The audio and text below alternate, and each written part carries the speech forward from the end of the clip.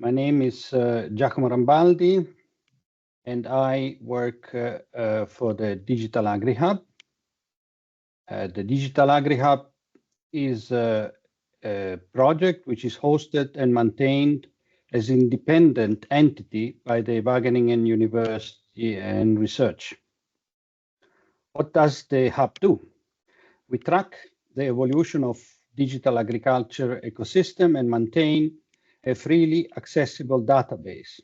The database features currently a little bit more than 1,200 digital solutions, which are deployed in low and middle income countries.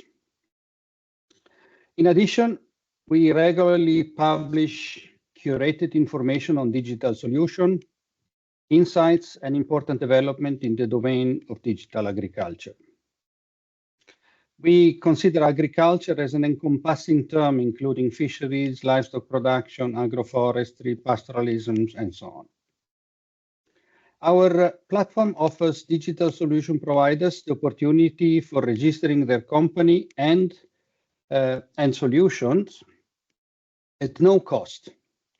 Entries which are directly maintained by the solution providers and which have been verified by the hub benefits from a green check mark and priority displayed. Being featured on the dashboard offers service providers added visibility vis-a-vis potential users, investors, researchers, and other stakeholders. The hub manages also an electronic discussion list accounting for approximately 1,800 members, where it regularly hosts email-based conversation on selected topics. The topic which will be the focus of this webinar and which will be described by Dr. Lavani in a few minutes will be further discussed on the electronic discussion list starting next Monday.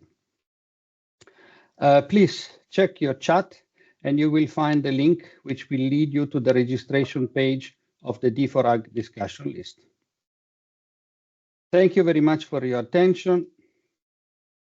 Now, Dr. Lavani will tell you more about the focus of this webinar and the entrepreneurs who will share their experiences. Please, Dr. Lavani, the floor is yours. Thank you, Giacomo, and good morning, everyone, or good afternoon or good evening, depending on where you are on the globe. Welcome to today's webinar on diversification in agriculture. My name is Abdel Lavani, and I will be the moderator of this section. So the webinar is organized by the Digital AgriHub, as Giacomo just explained, which is from Wageningen University. And this is in partnership with the College of Agriculture at Tennessee State University and Africa Goes Digital, which is an association of digital operators. So today we will discuss critical decision faced by digital service providers in agriculture, which is whether to stay within their specialized niche or expand their service and offering into new sectors. And this strategic choice can have significant impact on the market positioning, the growth potential, and also the resilience, right? So today we will have 4 panelists, each representing leading enterprises in the field. We have Teddy from Charis, and Charis is a company in Rwanda with operation in several African countries. They have expanded the drone operation from crop diagnostic into sectors such as health, mining, construction, and environmental services. And then we'll also have our second panelist, who is Hamza from Sowit. Sowit has its headquarters in Paris, with offices across North and West Africa. They specialize in agricultural technologies, offer drone-based diagnostic, pest control, water management, and they have been innovating in credit scoring using both satellite and drone imagery. We also have Dr. Anne Joram from FarmForce, which is a Norway-based software as service company. And FarmForce digital solutions focus on enhancing the transparency and compliance across agricultural supply chains. They provide tools for monitoring and improving the sustainability of farming practices while ensuring traceability from farm to market. And then finally, our last panelist is going to be Olali, who will be representing Farmerland. And Farmerland is an agricultural technology company based in Ghana, which is known for the digital solutions that they develop and that they tailor to small-scale farmers. They have developed tools that include artificial intelligence communication platform, financial tools, and data analytics. And this webinar will be organized in 3 parts. So first, the panelists will share their insights and experience on navigating the complexity of diversification within the agricultural sectors with us. After the presentation, we will engage in a moderated discussion to explore key themes and questions. And then finally, toward the end, we'll open the floor to your questions and comments.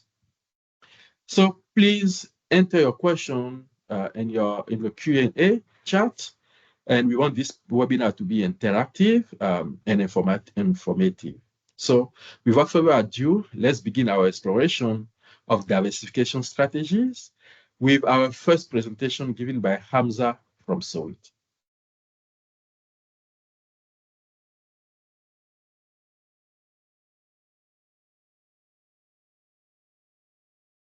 Hello, everyone. I hope you're all doing well. So thank you, Abdelaziz, for the introduction. Indeed, this topic of diversification has been for us as a company that has been created in 2018 to help farmers improving their productivity, a challenge. And there are 3 main reasons why, as a company that is leveraging data in order to provide farmers with actionable insights on a daily basis, and to try to monetize this with a business model that would enable us to scale up. There are 3 reasons for which we decided in a certain way to diversify within the same vertical, within the same sector. And I'm showing here simply a kind of graph growing, showing how this diversification went, spreading over the entire vertical in order to deliver more value to the farmers, but also to the value chains. So my point is about 3 main aspects. The first is the market. Why we decided to diversify is because of the market size. We started operating in Morocco, Senegal, Tunisia, Cote d'Ivoire, but despite millions of farmers, these are still small markets regarding spend when it comes to technology. So if you were to visit a farmer, for example, in Morocco, it will be very hard for the farmer to afford, for example, buying a sensor or to afford using drones. Market is necessarily also smaller because of payment solutions and because of the prevalence of smallholder farmers that have also a lot of other constraints.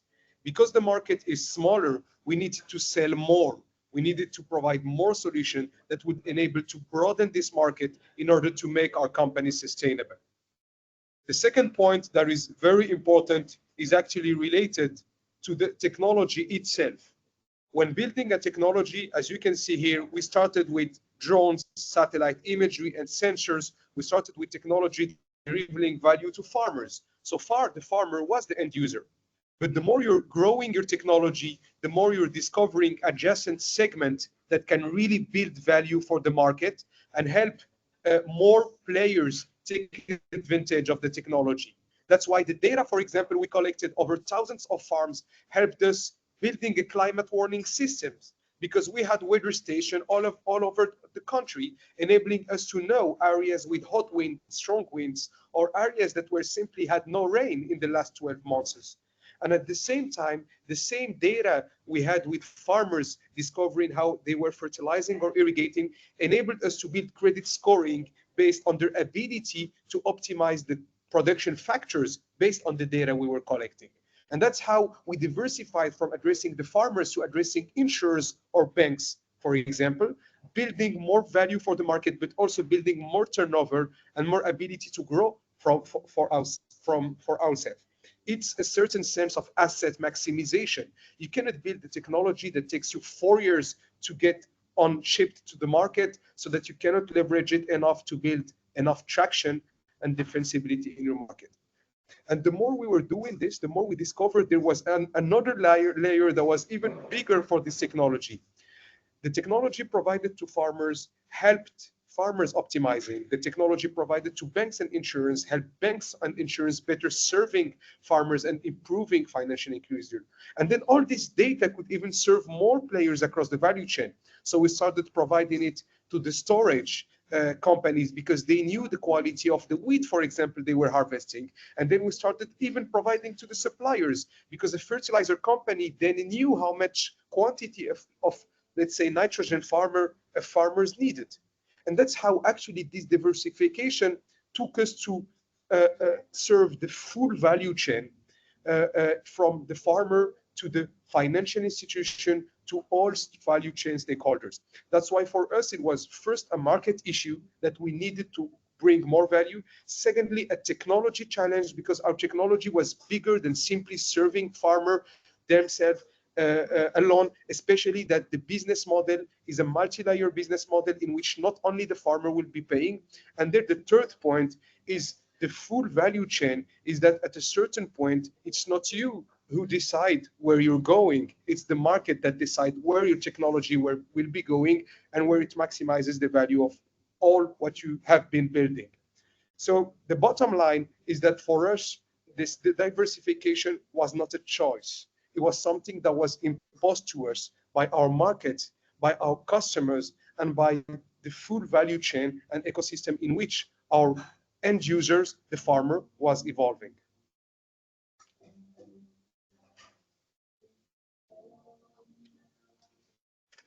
Thank you.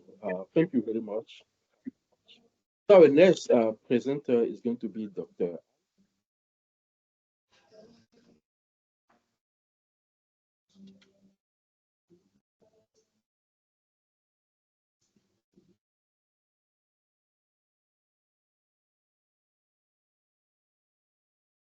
So we will now hear from Dr. Anne Jorun from FarmForce. Thanks a lot, and thanks to Hamza also for a interesting story. I will also share my screen. So again, thanks to the Digital AgriHub for allowing me and FarmForce to tell our story related to diversify or not to diversify. So the plan for the next 10-12 minutes is I'll briefly introduce FarmForce and myself. Then I'll share some generic considerations related to diversity as a growth strategy before I dive into how we at FarmForce have been thinking about diversification. And then I'll finally, hopefully, wrap up what I said in something that can be useful. So just diving into it, here you can see me on the ground in Côte d'Ivoire on a pile of cocoa. So my name is Anne Jorun, Anne for short. I'm a Norwegian, originally nuclear physicist. And I tend to say that that has many similarities to FarmForce, because a nuclear physicist is using data to see what you can't really see. After my PhD, I spent 7 years at McKinsey, and throughout my professional life, I have largely worked on scaling businesses within the sustainability sphere. And I'm now very fortunate to be the CEO of FarmForce. So FarmForce is a Norwegian agri-tech software as a service company.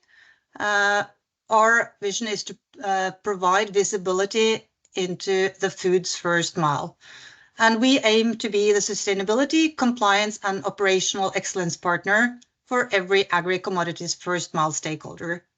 So the way that we are operating is that our customers are the ones that buy from the smallholder farmers. You can see the logos of some of our customers down here. And where we are in our journey now is that we have around 65 global customers. Our solution is deployed in 32 countries. It exists in 16 languages, and we have a total of 1.3 million farmers as of June this year on our platform. And starting, the topic of this webinar is to diversify or not diversify.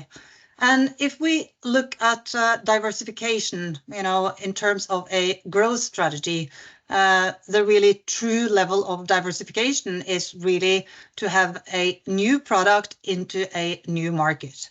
And as you can see here, here you have the kind of different growth strategies, and diversification is quite a big risk strategy because it's both a new market and a new product. I think for the sake of the discussion we're having today, we're not being so, stringent as this matrix tells. So we're largely talking about diversification into either new markets or new products. And the focus for this webinar is very much into the new solutions. And then kind of a different aspect comes up, and that is, diversify versus focus. And I think what I hope to be able to tell you during this webinar is that I don't think this is a choice. I think it's possible to diversify and focus, but that has some requirements.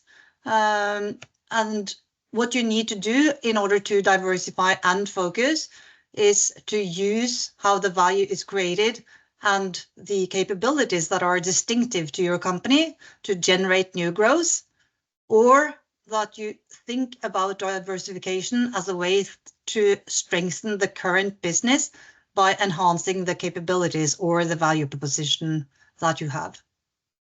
So if you have these prerequisites, I would argue that then you can actually diversify and focus.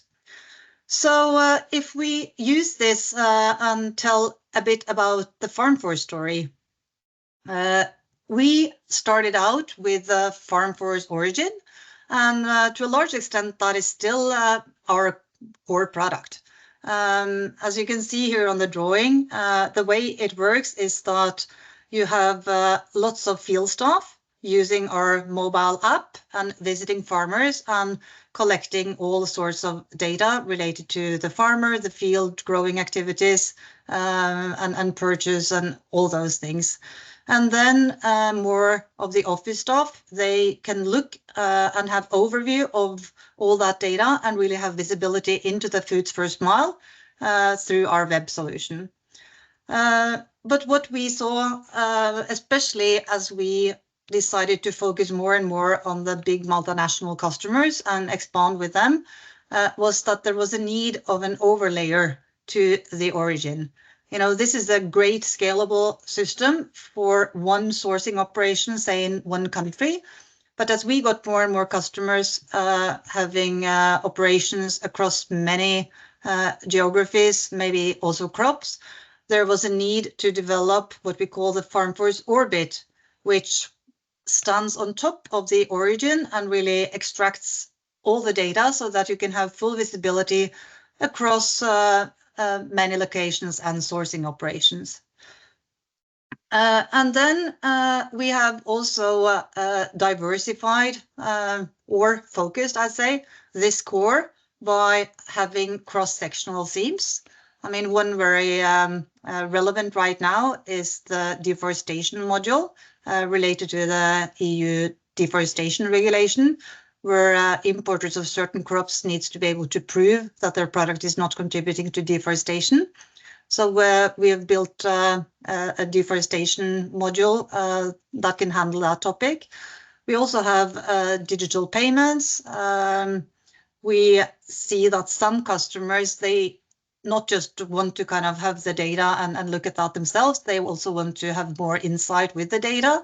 So we have the FarmForce Insights, and we've also built an internal data warehouse for those customers that want this. So we have many, many cross-sectional themes, really reinforcing the capabilities of our original offering and enhancing it.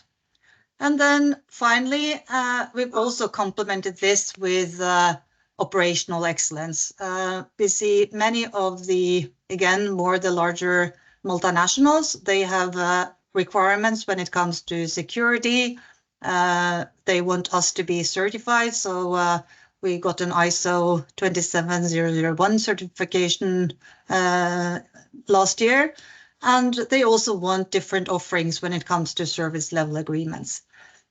So this is kind of our diversification strategy, which I also think tells quite a lot also about focus on our core offerings and really adding and complementing them. So simply to wrap up this thing is that, sorry, before I wrap up, another example on how we have diversified is also to move more into a thought leadership, which is also very complementary to our offering. So we launched a traceability barometer in 2023 to really understand the status of traceability in the industry. What are the hurdles? What are the challenges? What do you need? Of course, also to understand how our solution can mostly adjust, but also to understand, you know, what is out there and what is needed. So we're planning now to do this on a regular basis. This is our second year. This year we're launching it together with Søkten, so we have them as a partnership. And if some of you have not done it, I think it's a great tool to both see where you are in that journey and also to understand where the industry is. So then I'll come to the wrap up of my pages. So as I said, we do believe that it's possible and actually advantageous to have sustainable growth through focus and strategic diversification. That then requires that you need to focus beyond narrowness. So really embrace that diversified companies can be focused and utilize the strengths and capabilities that you possess. It's key that you diversify for the right reasons. And as I said, 3 prerequisites is to strengthen the core business, enhance the capabilities or the value proposition. And finally, think of this, you know, as the breaking the cycle. I think we have seen enough of historic examples where companies diversify and then they focus and then they diversify again. So I mean, you don't really want to be in that cycle. So therefore, it's important that you diversify for your core business, not away from it. And again, keep in mind that focus drives successful diversification. So that was what I was planning to share with you today. So thanks a lot. Thank you very much, Anne, for this very insightful presentation and for sharing basically your recipes for success with us. So our next presenter is going to be Wolali from Farmerline. All right, thank you so much. I would share my screen.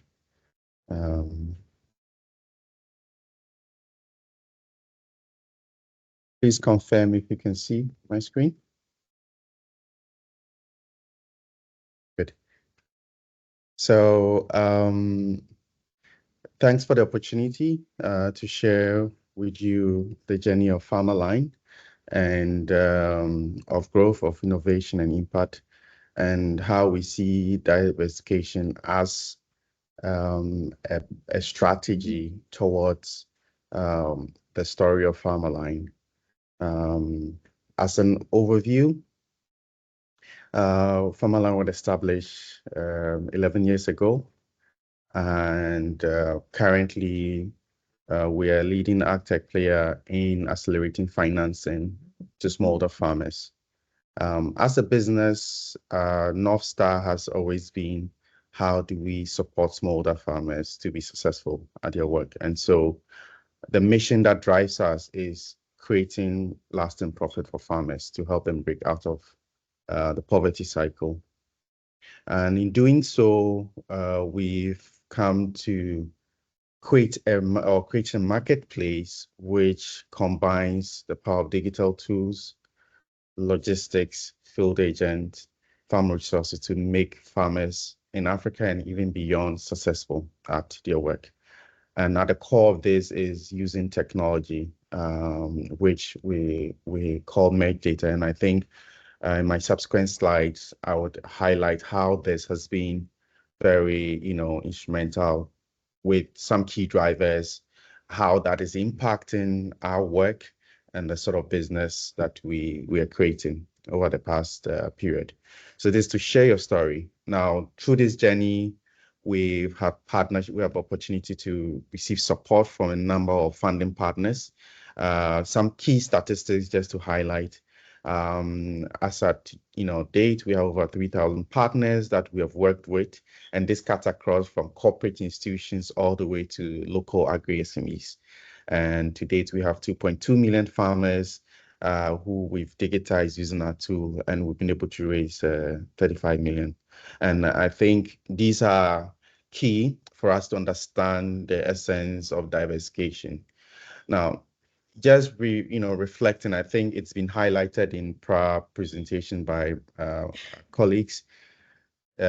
We put in 3 buckets some key drivers that we have identified from our experience as facilitating or enabling diversification from our journey and what we've learned from. One, which has already been alluded to, is the market needs.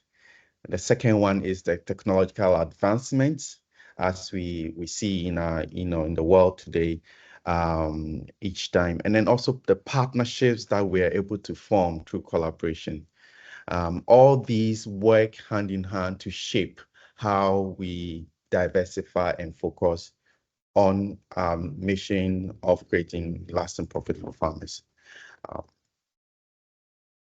So just to step back, 11 years ago, where Farmerline started and where we are and what we're doing now, looking at those key 3 drivers. So earlier services that Farmerline started with was digital extension, where we were sending messages to smallholder farmers on their basic phone. And this is because there were proliferation of mobile handsets. There were quite many, handsets on the African continent. And so we're able to leverage those technology to repackage extension information, such as good agronomic practices, weather information, market, in the local language to farmers to bridge the knowledge gap.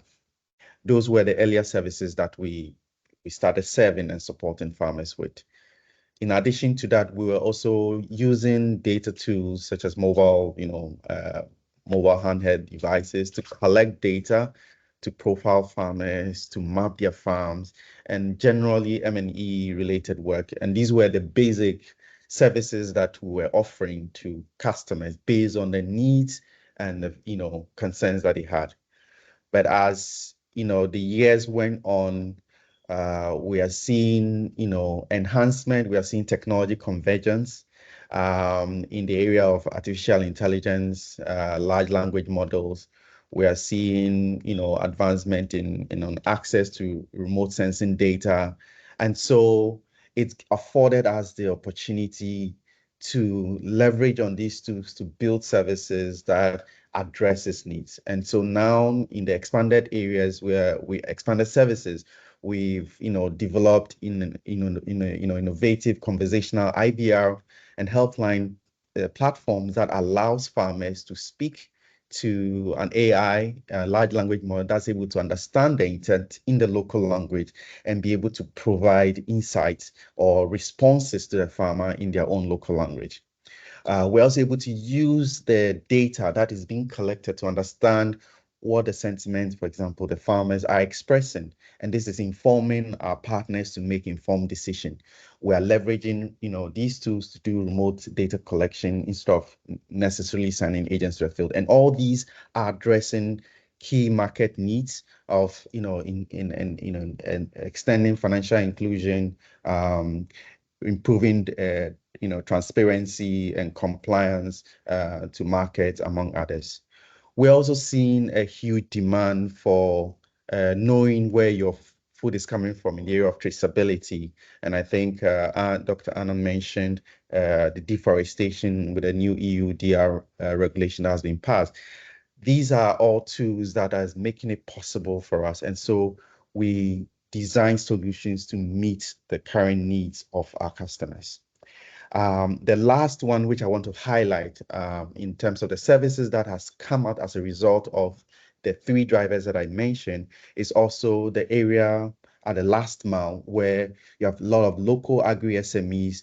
There's a lot of conversation around last mile digitization. How do we support local businesses to digitize their operations in order to unlock financing? And so that also provided us opportunity to create KYC documentation, alternative credit scoring models, helping them digitize their sales. And this is opening opportunity for traditional financial institutions to invest in businesses and helping farmers access the needed resources.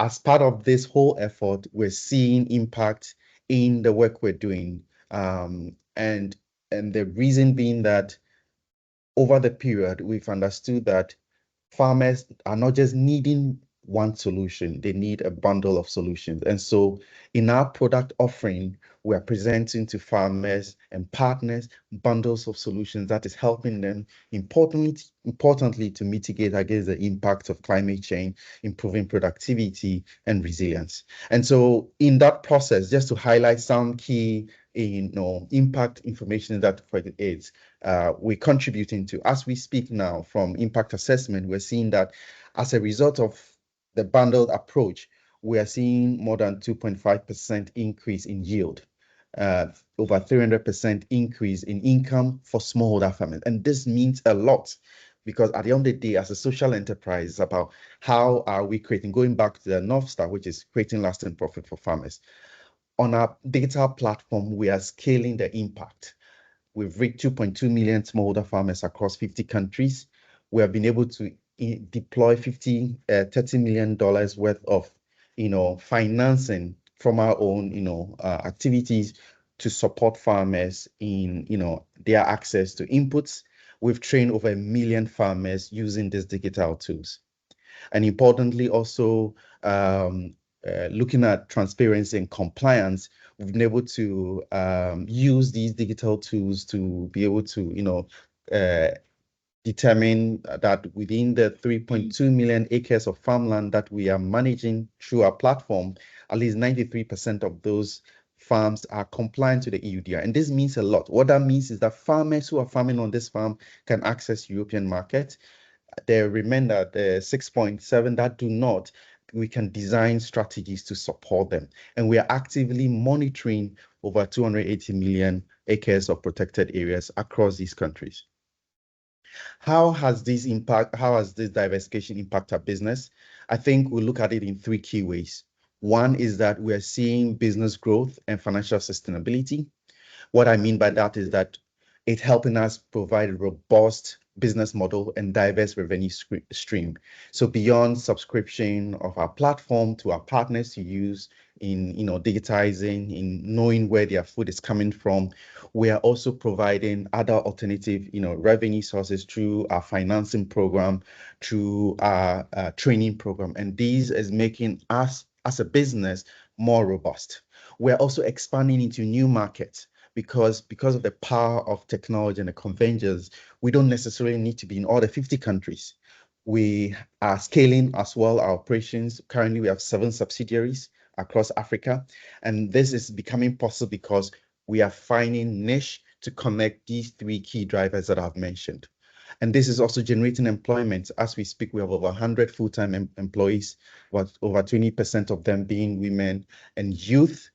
Majority of us are youth, within below 40 years. And these are the impact that as a result of,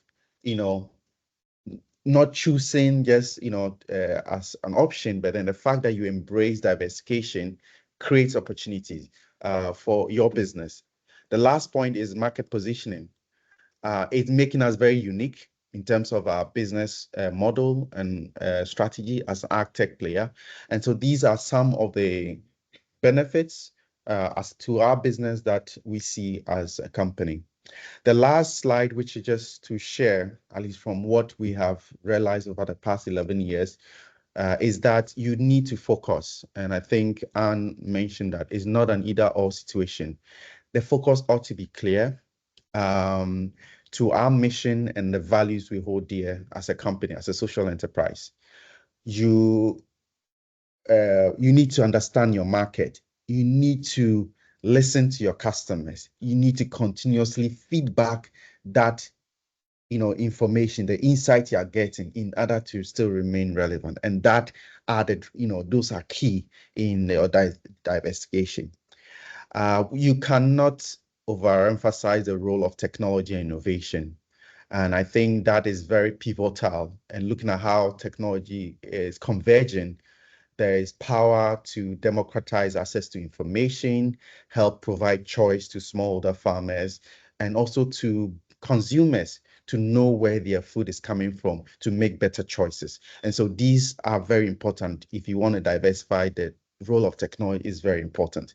The last practical suggestion is that you need to collaborate. One, you cannot do it alone.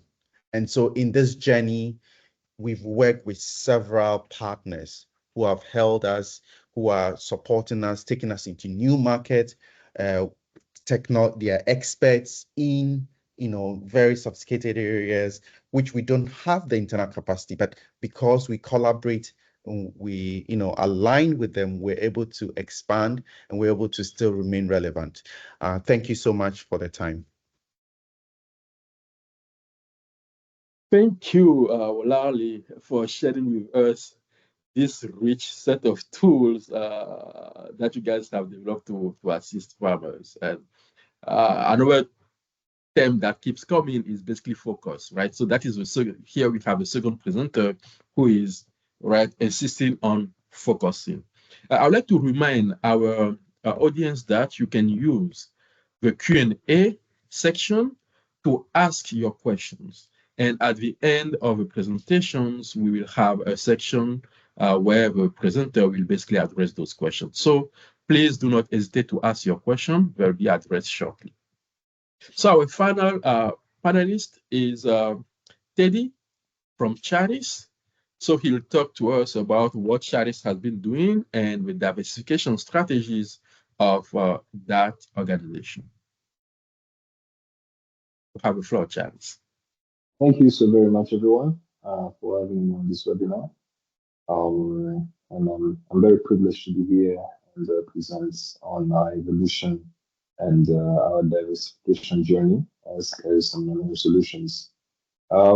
Charis started in 2014, and we started as a company mostly focusing on providing aerial imagery for intelligent decision making, primarily into the agriculture sector.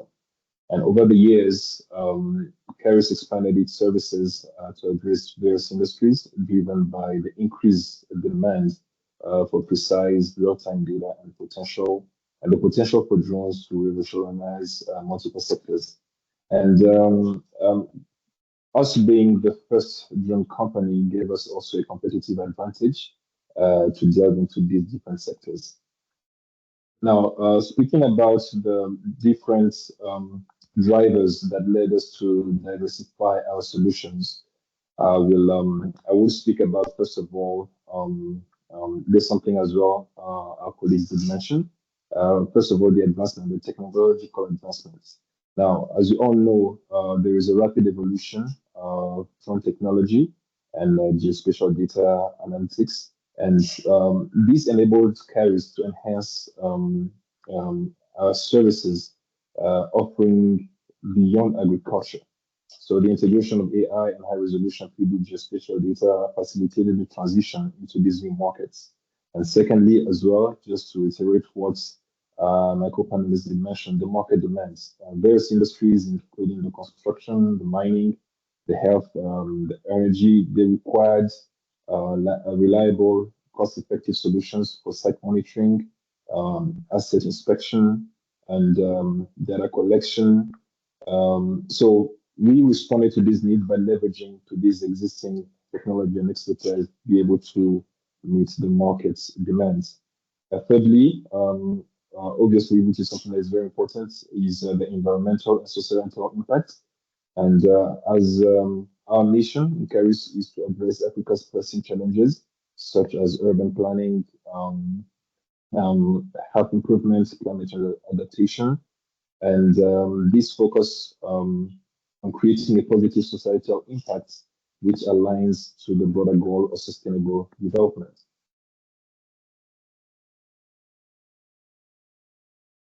Now, speaking about the evolution of our service offering, as I did mention, when we began, we initially focused on in the agriculture sector, which had to do with providing farmers with aerial imagery for intelligent decision making. And we now delve into providing accurate 3D information of land cover, area cultivated, status of crops to financial institutions that needed to see where their money go into. So that's something that also we had to diversify, especially in the agriculture sector. Then we also implemented the use of drones for precise application of pesticide and fertilizers. And from there, we moved into the health sector, where we played a critical role in reducing malaria incidence through drone spraying of larvicide. And this demonstrated a capability to address public health challenges.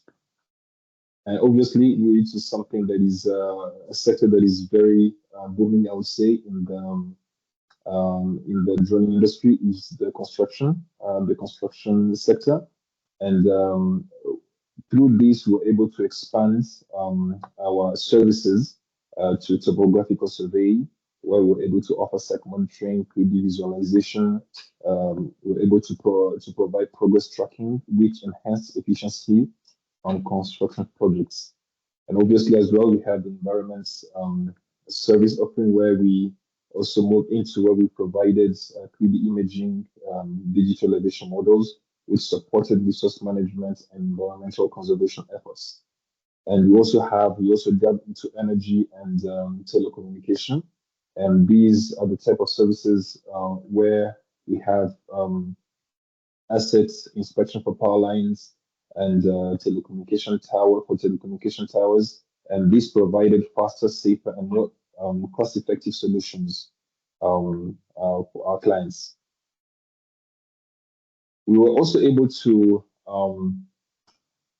develop our proprietary software through as a result of advanced services. We're able to develop our data analytics software, which made it possible for our clients to be able to monitor, even track progress of their construction sites. They were able to carry out different measurements on their sites, being able to do measurements, stockpile measurements, just to have, and it's a software which was more interactive between the client itself. This could be the owner of the site and his workers, and it's an interactive platform where he was able to send in comments if something doesn't seem to be moving. He's able to write on, maybe to an engineer, ask why is this not moving, and that gives a certain level of visibility, confidence to the client, knowing that he has an eye to see whatever is happening on his side.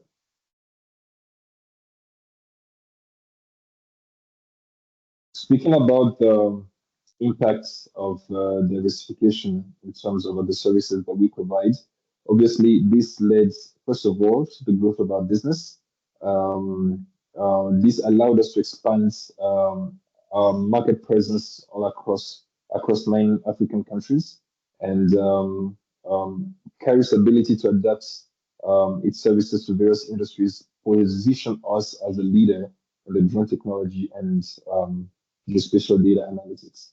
And obviously, one of the results and impact of diversification resulted into staffing and employment, and this expansion necessitated an increase in staffing, including hiring skilled professionals in technology, in data analysis, and even the operations.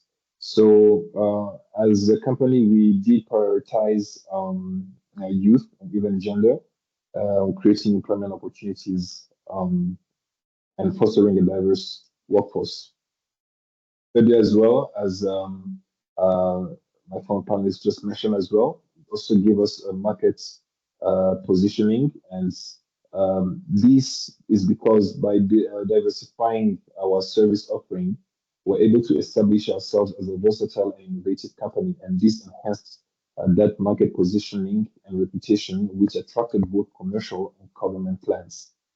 And on the fourth point will be financial stability and financial sustainability.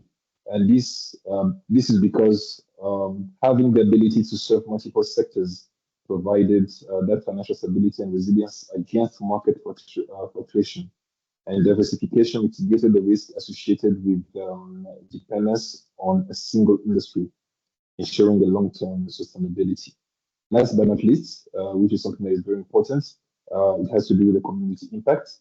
And diversifying our services had a profound impact on community, from improving the agricultural productivity to enhancing public health and supporting environmental conservation efforts. And this is something that really aligns with the goal of the company, creating an impact that is lasting in our community. So in conclusion, we'll say that Carrie's strategic diversification really led us to grow, and to be resilient and impactful in our community contribution. So I would like to thank you so very much for the time to present, and yeah, we look forward to a more interactive session. Thank you very much. Thank you very much, Teddy. Very insightful presentations from the four panelists. At this point, we'd like to learn more about the solution you provide and the ins and outs of the diversification strategies that you have adopted. And again, to the members of this talk, please enter your questions in the Q&A section. So, Anne, in your talk, you presented an interesting framework related to diversification. Can you tell us a little bit more about how you assess the risk and benefit associated with diversification, and what have been challenges that you encountered in expanding your offerings? Yes, so I shared with you the ANSOF matrix, which really goes into, diversification is really a new product or a new market. And of course, if you expand either into a new product or market, it is a lot more uncertainty. So of course, the risk increase. And then I think to some of the comments in this webinar, I mean, at least we at FarmFirst, we have not really done a diversification in the sense of both having a totally new market and a totally new product. So it's slightly less. But of course, every time you approach some slightly new markets because you're really solving new issues, it is always a risk. And when it comes to what kind of challenges we have experienced, I think, first of all, it's always challenges when you operate in these markets, and that's part of, I think you need to like those.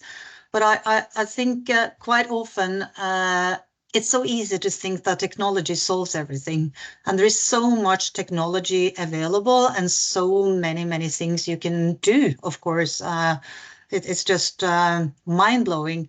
So I really think it is to find that balance, because I think in our experience, it's really important to remember that technology, that's not really the solution. Technology is an enabler, but the solution always involves human, commercial organizations. That has to be part of the solution. So I think it's really, and that of course requires that you fully understand what's happening on the ground, that you understand what the what the challenges are, because it's so easy, I think, for us to just come with a technology and think that solves everything, but it certainly doesn't. That's just the enabler. Did that answer the question, by the way? It does, and Yeah. I would say it more than does actually. So thank you. And to Teddy, your diversification efforts at Charis extend beyond agriculture. You have been working in other sectors such as health, mining, and construction. How do you leverage your expertise in drone technology to address the need in those diverse industries? Thank you so very much, Dr. Lawani, for your question. At Keris, we leverage our expertise in drone technology by continually innovating and adapting our solutions to meet specific needs of our clients and also various industries. For instance, in agriculture, like we did mention, we started with aerial imagery for crop monitoring, but then we gradually implemented drones for precision application of pesticide and fertilizers. So this reduced waste and environmental impact. From there, we then integrated high-resolution imaging to provide actionable insight to the farmers. Now, these core competencies in precision imaging and data analytics, they were now adapted into other sectors, such as construction, where our drones were able to provide topographical surveys with 3D visualization and site monitoring. And this really enhanced project efficiency. Now, in the health sector, for example, as well, for the malaria control, we adapted our spraying technology to deliver the larvicides accurately and effectively. So our ability to bundle and repurpose this technology allowed us to offer comprehensive, cost-effective solutions, which were tailored to each industry's unique requirements. When you are talking about malaria control, is that in urban area or rural area? And how do those farmers that were already receiving agricultural services see you now moving to malaria control? Do you bundle those services, or can you tell us a little bit more about how you operate on that?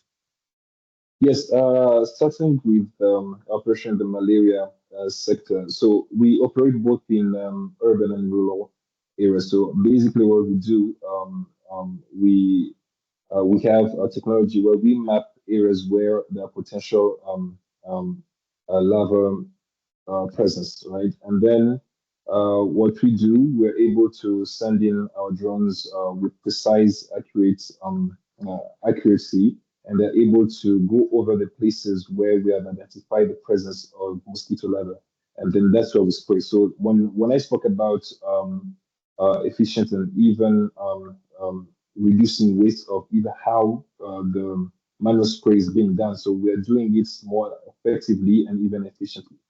And speaking about the bundling of the services, obviously, because even some of these farmers, they're beneficial of the services that we carry out controlling malaria, because now they're able to go in their farm and stay longer, because a lot of them used to complain that they finish early, they're not able to go to the farm. Even during the day, they'll be bitten by mosquitoes.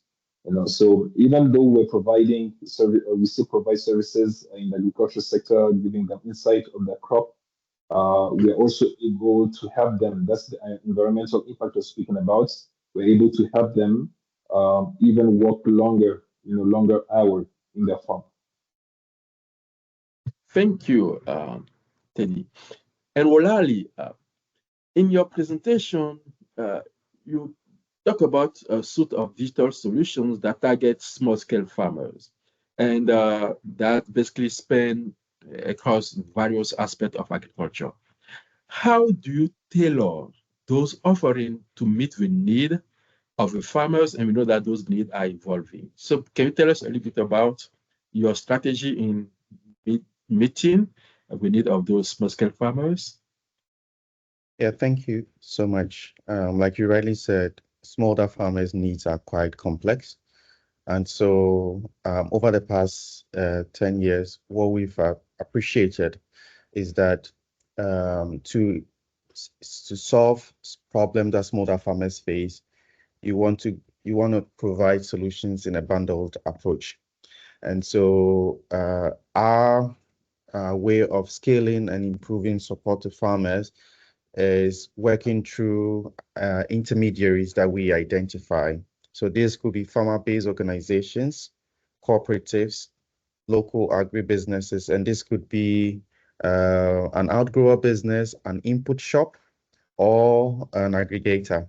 And what we do is to equip these intermediaries with the necessary tools in the area of training.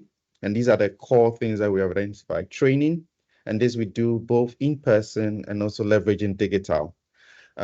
We also then provide financing, facilitate that. So either through financial partners that we work with who are able to deliver support to these farmers.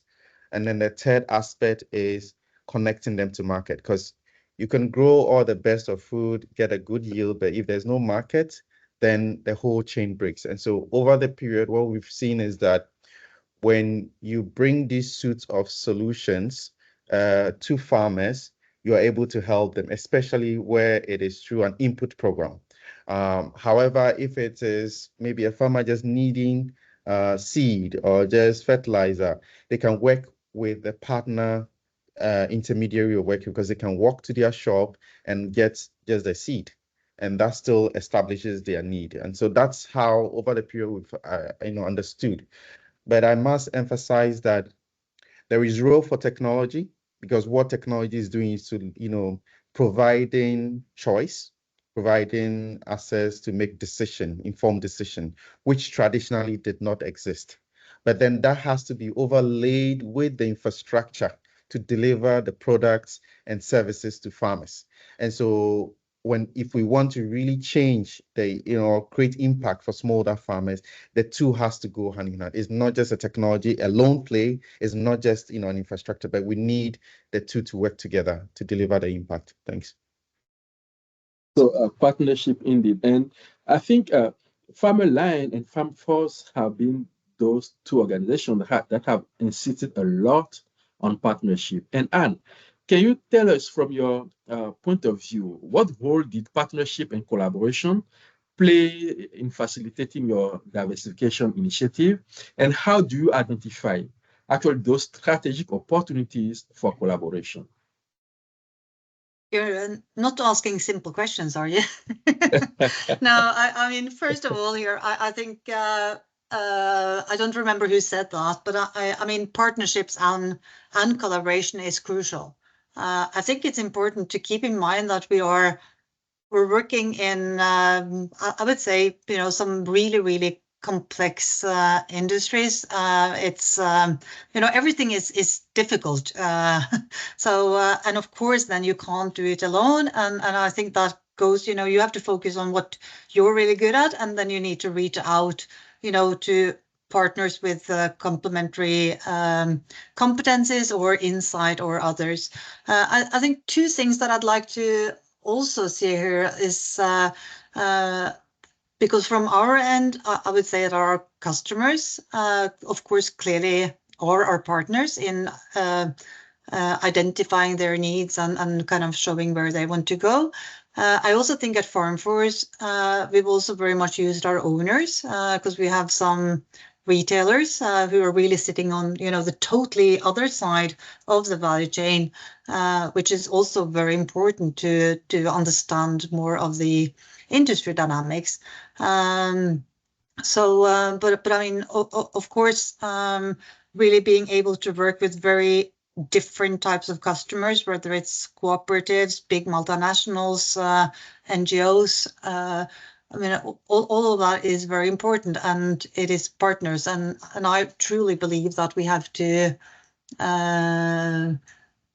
share more of the insight, have discussions like this on what is working and what isn't working, because it's a very, very complex sphere that we're in. Thank you. So now let's open the floor to the member in our audience. Please raise your hand. We have some questions here that you can start asking. If you have a specific questions, feel free to raise your hand, and we will give you the floor to ask your question directly. One question in the Q&A is asked by John Goslino. So he's saying, Charis is like most drone data service company. It's not clear why they diversified. What happened in the ag sector that caused them to move to health? Can you tell us, Teddy? Can you answer that question? Thank you. Thank you for the question. The reason why we moved, because we just didn't move from the ag sector into the health sector, right? Like I did mention in my presentation, we first the ag sector, like you did mention, Dr. Lawal, it's quite a niche, sector. So we looked at opportunities around. So we had to first of all also do a market research and first of all find out what are some of the unmet needs. Like I did mention in the construction, we found a lot of opportunities in there because most people who are in the construction industry would use manual ways to collect their data, and most of the time you find them not being that accurate. And we saw a need that we could meet using our services. Right. Even moving from the ag sector into the health sector, we also found a challenge that we thought that we could meet, with the drone technology using, precise spraying. So it wasn't the really major reason. The major reason for us moving into these different sectors were because of the need that was present, the opportunity that presented themselves, and we took advantage of that. Not just looking that we found the ag sector very small, not sustainable, but we saw the opportunities of even, bringing even a greater impact through different sectors. Yeah. Another question for Farmer Line. So I said Farmer Line is a costly service by smallholder farmers. So of course the key issue is who is paying. Are these subsidized programs? Input programs have been done a lot, and most of that is low margin or a fail. It's not clear how farming has been improved, and that is one of the essential problems that we basically want to learn more about. Yeah, thank you so much. So I think this is assuming that farmers pay for the digital services that we offer. Over the years, we've learned that the cost of providing, information, all right, even is an abstract concept that you and I would not even, we struggle. If Google says they're going to put a subscription on our searches, how many of us would be willing to, pay for that? All right. Not to talk about farmers. And so farmers do not pay to receive information from Farmerline. What we've done over the years is to find innovative ways to bundle the service, the information delivery to the services that we offer. Now, farmers know they need seeds. They know they need fertilizer. And so working through partnerships, we found very innovative ways of making the purchase of those information, the products, still accessible for farmers to benefit. And even for those who do not purchase information product from Farmerline, they can still access information services, for free. And this, for us, we believe helps us to gather intelligence and insights about their needs, connect them to the network of, infrastructure support or intermediaries that we're working with in order for us to deliver service. So yes, I agree with you that these are low margin, industry, and it's very true. It's a very difficult area, and I think Anne mentioned it. It is no joke. But we can't throw our hands in the air and say that we'll not do anything to it. And I think what we should be looking at is how do we innovate around market systems, and here not, blanket subsidy programs, very targeted, approaches to supporting the below, below bottom, below the poverty line interventions. There are people who need some specific support to allow them to grow and then, come out of those, cycle they find themselves. So I think the key question is, how can we keep these services still, sustainable? And I think Farmerline has found innovative ways of doing that through our information delivery, through our product distribution, and through our market access programs.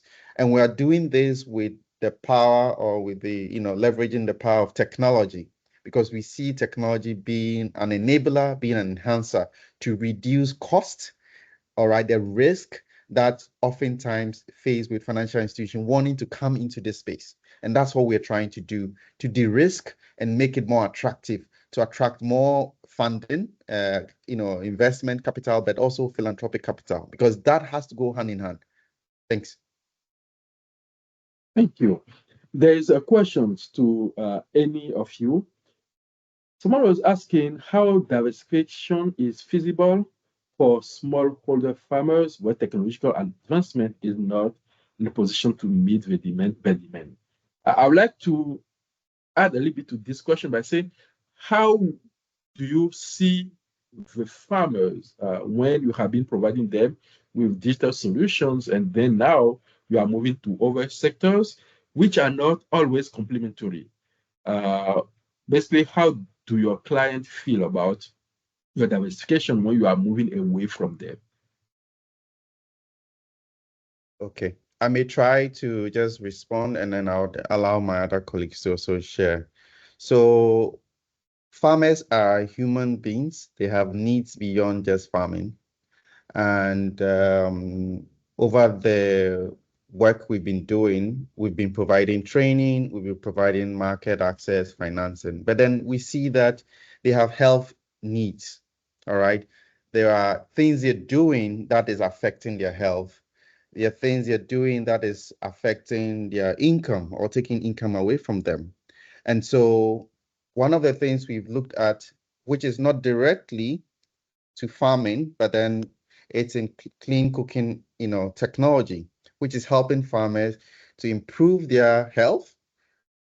It is also helping cut down the cost of, fuel, the cost they will spend, but also importantly, saving the environment. And so because of that, we see an opportunity to work with a partner whose area of focus is in distributing clean cooking technology. We don't have any expertise in developing cooking, clean cooking stoves, etc. But we provided an infrastructure that they can leverage on to distribute to farmers. There isn't direct technology involved. It's about making product accessible. And that's diversification.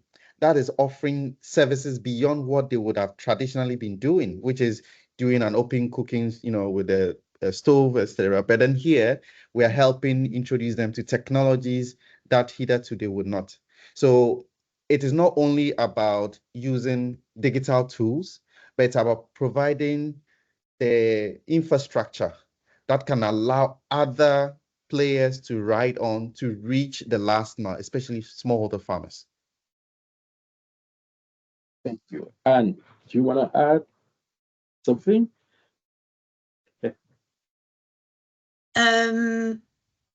I think, first of all, I agree a lot with you, Ronali. I think it's very well said. I think on our end, it's important, our customers are the ones buying from the farmers. So we do never expect really the farmers to have the possibility to pay for our services. But then I think it's crucial that we all the time think through what are the benefits that our services can provide to the farmers. And I think we've been touching upon many of these things, like actually having a digital track record of your revenues is important to have the possibilities for training and of course loans for input, and so I mean it's a lot of aspects there that is important. But I think it's important to have this discussion, who should pay for what, and also take into account that, especially in our area related to transparency and traceability, it's lots of forces also in this space that doesn't really want the transparency, and we have to take that into account as well. So it's quite, I think, human, and that's also goes back to, technology is one thing. Technology is actually the easy part. It's all these other aspects that are really, really difficult. Thank you. And let's try to wrap up this webinar. And to Teddy, based on your experience so far and insights, different insights shared today, what key piece of advice will you offer to digital service providers who are currently navigating basically that complex decision of whether to diversify or not? Should we diversify within the agricultural sector or beyond? Basically, what would be your key piece of advice? Thank you so very much, Dr. Lawani. I would say that, first of all, for you to be able to diversify, you first need to conduct a thorough market research to identify sectors that has unmet needs that align with your capability, as a company. So diversification should really be driven both by market demands and your mission to create a positive societal impact. And so this alignment really ensures that your efforts not only generate business growth, but also contribute to the broader goal, such as sustainable development, as well as community development. Thank you. I would like to ask you the same question, Anne. What would be the key piece of advice to the attendants today? I think it's always hard to give advice here. Now, I was just caught up in the chat here saying, do you feel pressure to develop AI-enabled solutions, given all the hype around artificial intelligence? So maybe I'll take because I think my main point of advice in the diversity discussion is don't choose between diversification and focus. You can do both as long as you have the right reasons to diversify. And then maybe the second piece of advice, almost relating to this, is, technology, fantastic, and so many things, but it is really an enabler. And of course, I think we're all using AI in our solutions. Of course you want to do that, but I have a PhD in nuclear physics. I love technology, but it's really important to also understand that the solution consists of so many more things. So I think that is, the great combination about dreaming about what you can do, but also being realistic to not waste everyone's time. And finally, Olali, while thinking of the future, thinking about what you can do and not wasting everybody's time, I'm taking from an advice, right? How do you plan to stay ahead of the demand when it comes to diversification? Yeah, I think, thank you so much. It's been really exciting discussion, even on the Q&A with the questions coming. At least the experience that this journey has taught us is you cannot emphasize the need to listen to your customer, the one who would pay to use your service. And as you are addressing a need and finding a very sustainable way, a very efficient way to deliver it, you get paid for that. And that, when you really nail that, that ensures you are always ahead. That means you will be working or finding solutions, technology solutions that can allow you to deliver it in a more cost-effective way. That means you may find a much, safer way, a much easier way to deliver it at the last mile to farmers who may not be literate.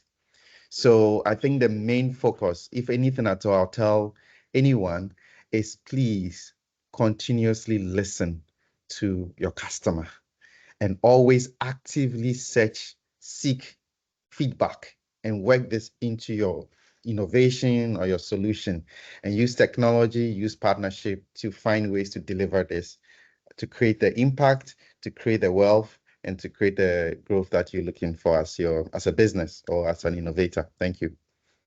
Thank you too. And before we close this webinar, there is one participant who raised her hand. Sylvia, you can go ahead and ask your question.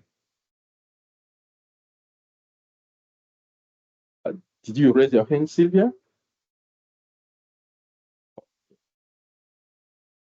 All right, so she's not asking, so we can go ahead and close this webinar. Again, thank you very much to all the participants, and thank you to the panelists for sharing your experience as well as your insight with us today. I will let Giacomo go ahead and tell us a little bit more about the next step. Yes, thank you to all the panelists, and Dr. Lawani, thank you very much for your facilitation. I agree, it has been quite interesting webinar, and also we were able to address quite a number of questions by the audience, which has been steady over time. Just now, some are leaving, but it's time to leave. But on Monday, we reconvene on the D4AG discussion list, and Inder will share now the link for those who are not members of the group, so you can register. And we are going to continue the exchanges on an email-based e-conversation. And so you are welcome to join the D4AG discussion list. Thank you very much to everybody. It has been a pleasure to organize and to run this webinar. Thank you very much for all the presenters, Vorlali, Teddy, Anne, Hamza. Thank you very much. You have been brilliant, smiling, and very efficient in providing your answers. And thank you very much to Dr. Lawani and to Inder, who in the background facilitated this webinar based on the team platform. Thank you very much to everybody. Bye. Thank you. Bye. Bye. Thank you very much. Bye.